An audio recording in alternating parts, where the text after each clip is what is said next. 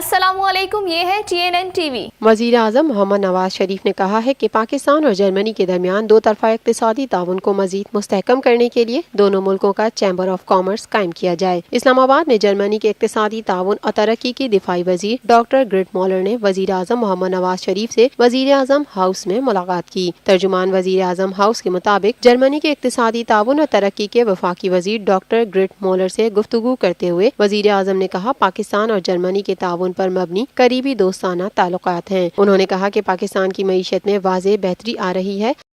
देखते रहिए ताज़ा तरीन खबरें और exclusive reports. Lotus Lake Towers, a groundbreaking endeavor by Lotus Properties.